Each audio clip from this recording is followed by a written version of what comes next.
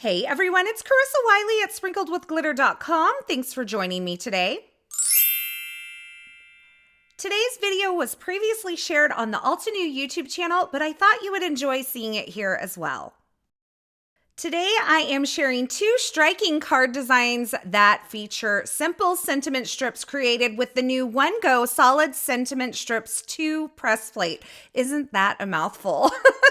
So here's a look at that press plate. You can see that you're going to create several sentiment strips all in one go with either your Better Press letterpress system or your hot foil system. And I'm going to show you both versions today. We're going to create several sentiment strips. Now this coordinates with the original die released with the One Go Solid Sentiment Strips 1 press plate. And I love that you can use one die for multiple press plates in your stash. I'm starting out with my Better Press system, and you can see I've lifted the magnetic mat and just kind of repositioned everything. The thing about this magnetic mat is it does have a little bit of wiggle room, and if you're wanting to press a plate multiple times in the same spot, I like to kind of take the wiggle out of that magnetic mat. So I use some Altenew satin masking tape to hold that magnetic mat in place. That takes the wiggle out of the mat, and if I have to re-ink a plate and kind of run it through my die cutting machine again for a second pass with the press plate, this prevents anything from shifting and moving. So now that that's secured, I'm going to add my press plate with the design side facing up onto the magnetic mat. It's being held in place by that magnetic mat. And now I'm going to prepare my cardstock. You can see I'm lining it up with the A2 grid lines on the platen, which is this clear plastic plate that comes with the Better Press system. And I'm holding it in place with just a little bit of that satin masking tape again. Now I have the orange Sorbet fresh dye ink. This is one of my favorite colors from Altenew. It's a newer color. It is so beautiful. And I'm going to start inking up the press plate by swirling my ink pad over the press plate. Once I've swirled it over the press plate, then I'm going to go back and kind of tap to make sure that I have all areas of the press plate covered with ink. Now, I do want to mention I am not using a ton of pressure when I swirl because I don't want to shift my press plate around. I want it to be held in the same place. Now, once it's inked up, I'm going to take the platen and I'm going to set it on the magnetic feet of the chase, which is the base of this Better Press system. And I'm going to run it through my die cut machine. And this is going to press that press plate into the cardstock and transfer the ink. You can see I have my beautiful sentiment strips here in that beautiful orange sorbet color. Now I'll remove this cardstock from the platen and I'm going to repeat this process with a couple more colors. So I have another piece of white cardstock here. I'm securing it to the platen using those same pieces of satin masking tape. And then I'm going to ink up the press plate again. This time I'm using Apricot Dreams. Once that's inked up, I'll take the platen, place it on those magnetic feet and run that back through my die cut machine again. And now you can see I have a second color. Now the third color is called Terracotta, and it's not actually in the same color family, but I think it works so nicely with these other colors. So I've run that through. I have 3 different colors, and now I'm going to clean my press plate, and I'm just using a baby wipe for this. When you're using these dye inks, the baby wipe is pretty effective at removing all of the ink. You may notice some staining on your press plates, and that's totally normal, and it will not affect it in the future. Once I have it cleaned, I'm going to use my Perfect Picker to help me get it off of that magnetic mat. And then I am going to make sure it's dry and place it onto my Glimmer hot foil system. You can see that I already have it turned on as indicated by that red light at the top. And now I've grabbed some Altenew hot foil rolls. This champagne color has to be one of my favorites. And I'm just going to pull off a piece that's large enough to cover my press plate and trim that down. I like to do this while my Glimmer hot foil machine is kind of heating up. Now, once it's heated up, you'll notice that green light comes on. I'm going to go ahead and hit the timer button. That lower light is going to be flashing. When it's solid, then I know the timer is completed. Now that it's complete, I can remove the platform from the base and take it over to my die cut machine where I'm going to add the foil with the pretty side facing the design or the pretty side of my press plate. Then I'm going to add my smooth white cardstock and I'll grab the 2 shims that came with my hot foil system. It's a thin shim and a spacer pad, and I'll place that on top of this and run it through my die cut machine. The heat and the pressure created by the Glimmer Hot Foil system, it's what's going to transfer the foil over to my smooth white cardstock. Now, there's a few things you want to look for if you're not getting great results. Number one is heat. Make sure that your hot foil system is getting hot enough to transfer the foil. The second is pressure. Now, I have noticed recently that my die cut machine is getting a little looser, so sometimes I need an additional shim of cardstock. And the final factor that really can affect your foiling results is the cardstock that you're using. You want to make sure you're using a smooth white cardstock. Now I'm going to foil this again using the light copper foil, and this time I'm using a thin cardstock shim between my two plates, and I'm running this through my die cut machine. I did find this gave me a little bit better results. It transferred the foil more completely because, as I mentioned, my die cut machine is getting on the older side. I use it quite a bit, and I think it's loosening up just a bit. But look at these results. There is absolutely nothing like foiling, and these Altenew hot foil colors are beautiful. There are several colors available, so you'll want to check those out on the website. Now that I'm done with all my better press and all my hot foiling, I am going to die cut all of these sentiment strips. So I'm lining up this One Go sentiment strips die.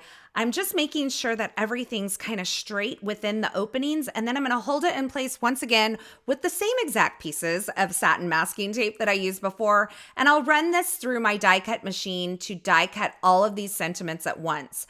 Now, I've created 3 different colors using the Better Press system and 2 colors of hot foil using my hot foil system. So I have several sentiment strips that are ready to go. The sentiments included on this new One Go Solid Sentiments 2 edition are all about celebrations, and they're perfect for upcoming weddings, baby showers, and graduations. You can see that the press plate actually creates a little bit of a bleed, so even if you don't get your die perfectly in place, you are going to have edge-to-edge coverage. I'm just running these through my die cut machine so that all of these are ready to go. You can see that light copper there. You can see the champagne foil versions. And then I have my 3 Better Press colors as well, kind of in that ombre color scheme. Now that I have all of these sentiment strips, I'm going to create a striking design, something that's really graphic using all the various colors. And I thought one way to use these would be to kind of stack up several of these sentiment strips, kind of like bricks where they're offset just a little bit, and create a fun, bold stripe across the bottom of my card. Since I had an arrangement that I liked, I went ahead and took my cell phone and snapped a picture of it so I wouldn't forget where everything goes. And now I'm going to create a background for this sentiment strip design. I'm using the Flowering Quince stamp set, and I'm positioning this in the center of my Stamp Wheel 2.0. I have the stamp kind of at an angle across the front of an A2 size card front. So this is just a panel of cardstock that measures 4 1/4 by 5.5 inches. I'm picking up the stamp using the flip plate of the stamp wheel, and then I'm going to ink this up using the Choco Hazelnut color. I thought it would be really nice to use a brown, kind of neutral color to blend in with these beautiful oranges and golds that I have created my sentiment strips with. I'm going to flip the flip plate over and stamp that onto my cardstock.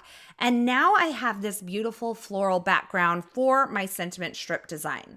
To adhere these onto the card front, I really wanted them to have some dimension. So I grabbed the 1/4 inch wide instant dimension foam tape. This is the 1/8 inch thick version, so it's a little bit thicker than your standard foam tape. And this fit perfectly on the back side of these sentiment strips. So I'm going to add that foam adhesive, and I'm starting out with this foiled version, which is kind of the centerpiece of my design, and I'm placing that at an angle on my card front. Then I'm going to start building in all of the other strips around it. Once I have that focal point where I want it, I'm going to just add the other sentiment strips in various colors, and I'm just going to butt these up against that first sentiment strip that I laid down, making sure that everything kind of lines up straight. I'll trim off any of the excess that's hanging over the card front using a pair of scissors, and I'm just going to continue to build my design. Now, something you want to think about as you're adding your sentiment strips, you really kind of want to offset them like bricks. So you don't want them all to start on the same line or end on the same line. You kind of want to stagger them like bricks. So I'm making sure that I do that as I lay them onto my card front. Now, once I had all of them adhered, I'm going to do something really brave. I'm going to trim this panel down. Now, I should have done this before I started adding my sentiment strips, but honestly, I didn't even realize I would want to trim this down. I thought this would be a full panel design, and I decided I wanted a little bit of a border. So I'm just using a guillotine trimmer to trim off about 1/8 of an inch on all sides of this design. To add a little shine, I'm taking a glue pen. Now, this is a glue pen where the glue dries tacky, and I'm going around the outer edge of this panel, and I am going to then take the leftover pieces of my foil once it dries and press it onto the edge of this dried glue, and that's going to transfer that hot foil onto the glue and create kind of a sparkly or shiny edge on this card front. I think it's absolutely beautiful. I showed this on my YouTube channel a couple of weeks ago, and everybody loved it, so I wanted to show it here as well. It's a great way to kind of use those foil leftovers that you kind of tend to throw in the trash. And it's a great way to add just a little bit of shine or a touch of sparkle to just about anything. So I added some foam adhesive on the back of this card front. I used the 1 inch wide and the 1/16 inch thick to place this onto my card front, and I created the card out of some sand dunes cardstock, and I'm giving you a little sneak peek of something that's coming soon. These stellar sequins in the gold are absolutely beautiful. I'm just adhering them on using my Perfect Picker tool and the new glue that's coming from Altenew soon. So you're kind of getting a sneak peek of some products that are yet to come. Now for card number 2, I wanted to keep it really simple. I am using the Gilded marble press plate and some orange sorbet ink to press this design onto some white cardstock. You can see I created an ombre version first on the other side of this cardstock, and I decided I didn't like the intensity of it, so I just redid it on the back side. For this design, I'm just going to use 4 sentiment strips in the center, kind of in an ombre fashion, but I wanted to make sure that they were all straight on my card front. So I brought in my Stamp Wheel 2.0, and I'm using that sticky grid that's inside to kind of line up all my sentiment strips. Now the bottom one will be foil, but I didn't want to put tape over my foiled sentiment strip because it can lift the foil. So I had a little extra sentiment strip there. It was kind of in the packaging, something I had already created, so I used that kind of as a stand-in for my foil sentiment strip. Once I had them lined up, I picked them all up with some satin masking tape, and I added a little bit of that foam adhesive, that 1/4 inch wide foam adhesive on the back of each of these sentiment strips. Once I have foam adhesive on the backs of all of these, I'm going to remove the backer, and then I can use that satin masking tape to position all 4 of these sentiment strips at once on my card front. I decided to go ahead and position it back on my Stamp Wheel 2.0 because it gives me some grid lines that I can really work with to make sure all of these sentiment strips are straight on my card front. And you can see I'm just taking my time to place these down onto the card front, making sure they're all straight, they're all in line. And once they're positioned, I can remove that satin masking tape, add some liquid glue over that bottom sentiment strip, and place my foiled sentiment on top of what I call kind of that dummy strip that's at the bottom. I finished this card design off with some more of the stellar sequins that are coming. These are the dazzling diamond ones, and I think I am obsessed with these. I added this card front onto a pastel sunrise card base, and that finishes off card number 2. And I love that these card designs feature sentiment strips in a really bold and striking way. So keep in mind that your sentiment strips don't always have to be just like an accent. They can actually take center stage on your card design. Now, as always, I will have links to the featured products used in these projects in the description at YouTube. So if you're looking for something in particular, be sure you check there. Or you can head on over to the coordinating blog post. That will be in the YouTube description below as well. Over there, you'll find more still shots, more information, and a complete list of supplies. As always, I want to say thanks so much for stopping by and hanging out with me today. I hope you enjoyed these projects, and I hope you enjoyed this video.